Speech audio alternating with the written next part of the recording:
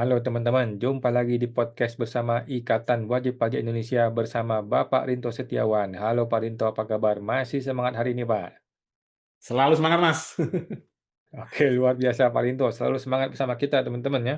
Kali ini IWPI mau menanggapi mengenai krisis moral dari aparatur petugas pajak ya, dan juga bagaimana ini mempengaruhi dari kepercayaan publik terhadap institusi dari pegawai pajak ini ya. Akan saya bacakan dulu teman-teman, ini mungkin teman-teman ada yang sudah tahu atau belum tahu ya, bahwa beberapa hari yang lalu, tanggal 1 Februari ini ya, ada cerita kasus pegawai pajak digerebek saat ngamar di Hotel Jalan Laksa Adi Sucipto, Jogja. Oke, mungkin kita bacakan sekilas teman-teman ya. Dua orang pegawai kantor pajak, jadi sama-sama orang KPP nih, KPP Wonosari, ZN perempuan dan BMC laki-laki terciduk sedang berduaan di sebuah kamar hotel di Jalan Adi Sucipto di Jogja. Keduanya diduga menjalin hubungan perselingkuhan padahal masing-masing punya pasangan. Oh, si istri punya suami, si cowok punya istri.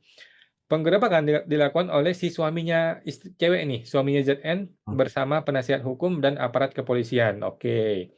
Yang mencurigai gelagat ZN sejak Oktober 2025. Laporan dugaan perzinahan. Tim penasihat hukum suami ZN Agung Nugroho menyampaikan kasus ini telah dilaporkan ke pihak berwajib ya. Tindakan perzinahan bagi pasangan yang sudah menikah dapat dijerat pasal 411 ini UU KUHP terbaru nih ya 2023 dengan ancaman pidana paling lama 1 tahun. Oke. Ya. Agung menambahkan ancaman lebih serius ketika dia datang dari sisi kedinasan.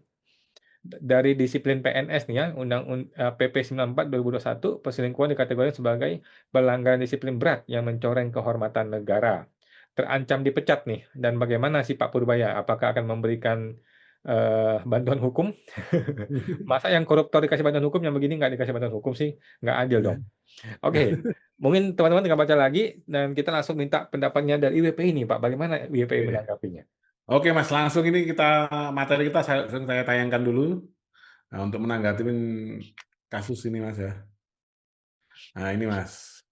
Ini materi kita kali ini adalah krisis moral aparatur pajak dan harga diri kepercayaan publik. Hmm. Latar belakang kasusnya adalah tadi yang dibicarakan Mas Awan tadi, dua pegawai KPP Yogyakarta yang digerebek di kamar hotel. Nah, kasus bermula dari cuti tanpa penjelasan, Mas. Hmm. Berujung penggerbekan bersama aparat kepolisian bukan sekedar urusan pribadi, tetapi persoalan moral aparatur pemerintah. Hmm. Nah, cermin kecil dari problem besar di tubuh perpajakan. Ini yang digerebek ini, Mas.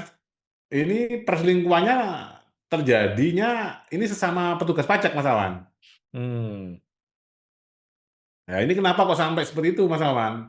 Ini Hmm. harus dilihat, Mas Awan, ya. Jadi kalau di suatu institusi tersebut itu sering makan dalam tanda kutip ini uang haram, itu pasti hidupnya tidak tenang, Mas Awan. Akhirnya lah jadi seperti ini, Mas Awan. Hmm. Karena sering melakukan pemerasan terhadap wajib pajak, itu akhirnya menjadikan hati itu tidak tenang, Mas Awan. Hmm. Nah, dimensi disiplin dan etika negara. Perselingkuhan sama dengan pelanggaran disiplin berat PNS, mencederai kehormatan aparatur pemerintah, ancaman pidana bisa ada, ancaman kedinasan lebih serius bagi kepercayaan publik. Nah, ini Hmm. Mas.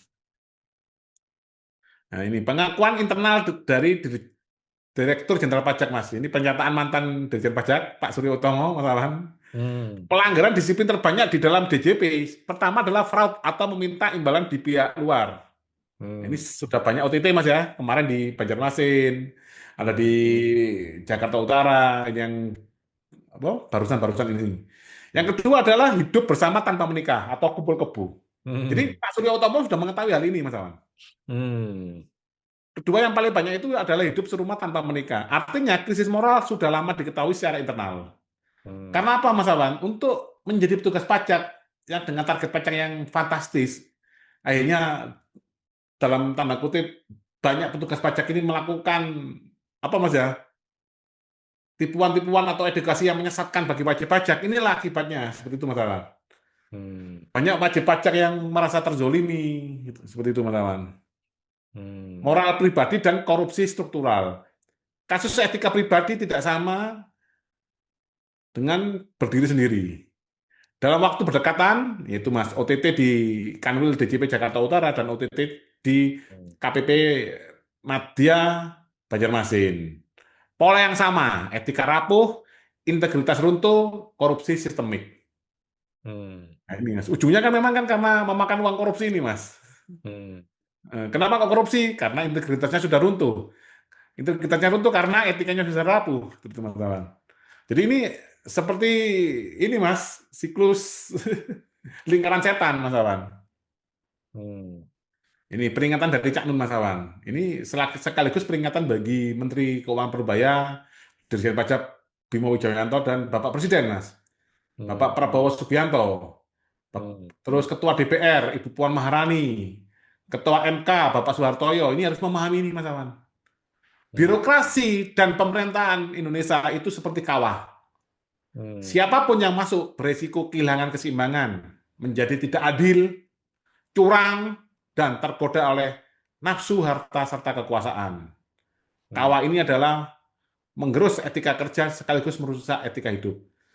Makanya Mas Awan, kenapa kok sangat susah mencari keadilan di Indonesia? Karena memang birokrasi itu dibuat sistem seperti itu. Mas Awan aja perkara merekam sampai ke MK. Hmm.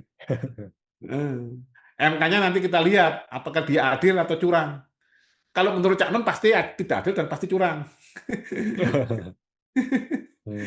Hmm. Ya karena tadi Mas Awan, birokrasinya itu disetting salah desain. Hmm. Pajak dan relasi pemerintahan terhadap rakyat. Pajak adalah titik temu paling konkret pemerintah dan rakyat. Menyentuh usaha, rumah tangga, dan masa depan ekonomi warga. Hmm. Aparatur pajak tidak cukup profesional teknis, harus bermoral secara personal, Mas Awan. Harus Hmm. bermoral. Dampak dari krisis moral. Moral pribadi runtuh, kepercayaan publik retak. Korupsi aparatur, legitimasi pemerintah runtuh. Sistem tidak adil, krisis menjadi lengkap, rakyat tetap membayar pajak tapi kehilangan keyakinan pada pemerintah. Pertanyaan konstitusional, bagaimana tujuan negara tercapai? Hmm. Melindungi segenap bangsa, memajukan kesejahteraan umum, mencerdaskan kehidupan bangsa, mewujudkan keadilan sosial. Jika sistem perpajakan tidak adil dan aparaturnya tidak bermoral, apakah tujuan ini bisa terwujud? Hmm. Harga kepercayaan publik, krisis moral aparatur pajak. Nah, bukan hanya isu internal semata. Ini alarm rapuhnya kontrak sosial. Pajak tanpa kepercayaan bukan gotong royong, tapi paksaan administratif. Harga termahal dari krisis ini adalah kepercayaan publik yang hilang. Hmm. Nah, nah, sudah habis, Mas. Hmm. Oke, tapi kalau Purbaya kasih bantuan hukum nih, ini gimana nanti kepercayaan publik, Pak?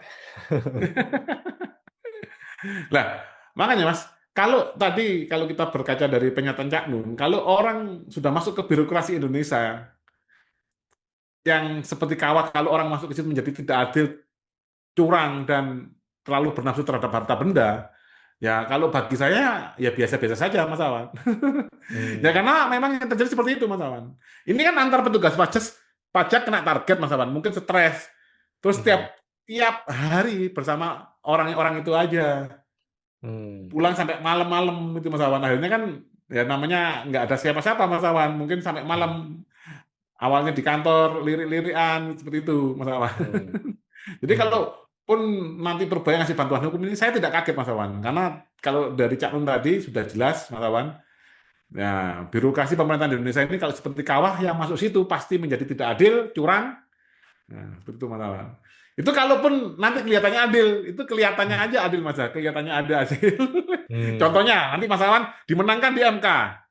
Hmm. Nah, nanti petugas pajaknya nanti menafsirkan lain juga bisa lagi Mas Awan. Hmm. Contohnya yang peraturan terkait dengan anggota Polri tidak boleh menjabat ini Mas.